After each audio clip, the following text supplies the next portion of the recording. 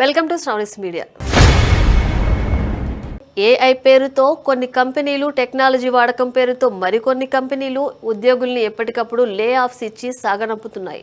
ప్రశ్నిస్తే ప్రపంచవ్యాప్తంగా ఉన్న ట్రెండ్ అంటూ సమర్థించుకుంటున్నాయి. దీంతో ఆయా కంపెనీలపై ఆధారపడిన ఉద్యోగులు, వారి కుటుంబాలు రోడ్డున పడుతున్నాయి. ఈ నేపథ్యంలో ఐటీ ఉద్యోగుల సంస్థ నైట్స్ లే ఆఫ్స్ విషయంలో ఐటీ కంపెనీలకు ఓ కీలక సూచన చేసింది. అదే సమయంలో ప్రభుత్వ జోక్యం కూడా కోరింది.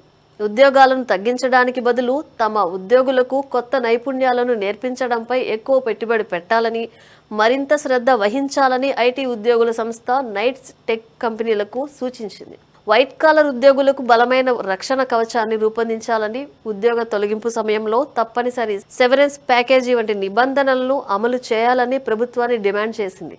టెక్ కంపెనీలు ఇప్పటికీ మంచి లాభాలను ఆర్జిస్తున్నప్పటికీ ఉద్యోగ భద్రత బలహీనపడుతోందని నైట్స్ పేర్కొంది. ఇది కార్పొరేట్ బాధ్యత, జవాబుదారీతనంపై ప్రశ్నలను లేవనెత్తుతోంది.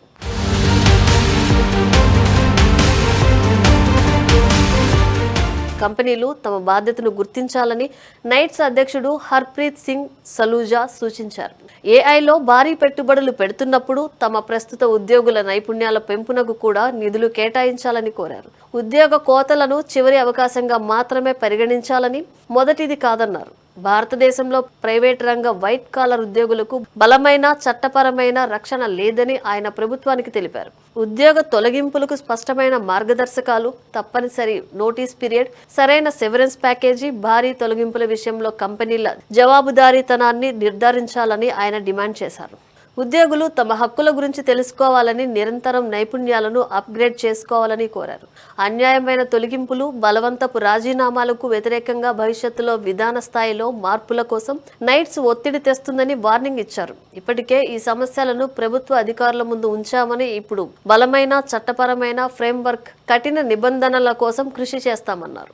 గత కొద్ది నెలలుగా ఒరాకిల్, గూగుల్, మేటా వంటి పెద్ద కంపెనీలు వేలాది ఉద్యోగుల్ని లే ఆఫ్ చేసిన నేపథ్యంలో నైట్స్ డిమాండ్స్ ప్రాధాన్యత సంతరించుకున్నాయి.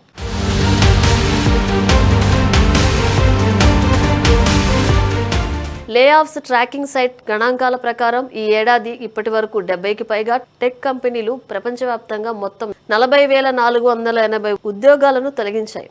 చాలా మంది నిపుణులు ఏఐని ఉద్యోగ కోతలకు ఒక సులభమైన సాకుగా చూస్తున్నారని, అయితే వాస్తవానికి ఖర్చుల తగ్గింపు, పెట్టుబడిదారుల ఒత్తిడి, గతంలో చేసిన ఎక్కువ నియామకాలు కూడా ఇందుకు ప్రధాన కారణాలని పేర్కొన్నారు.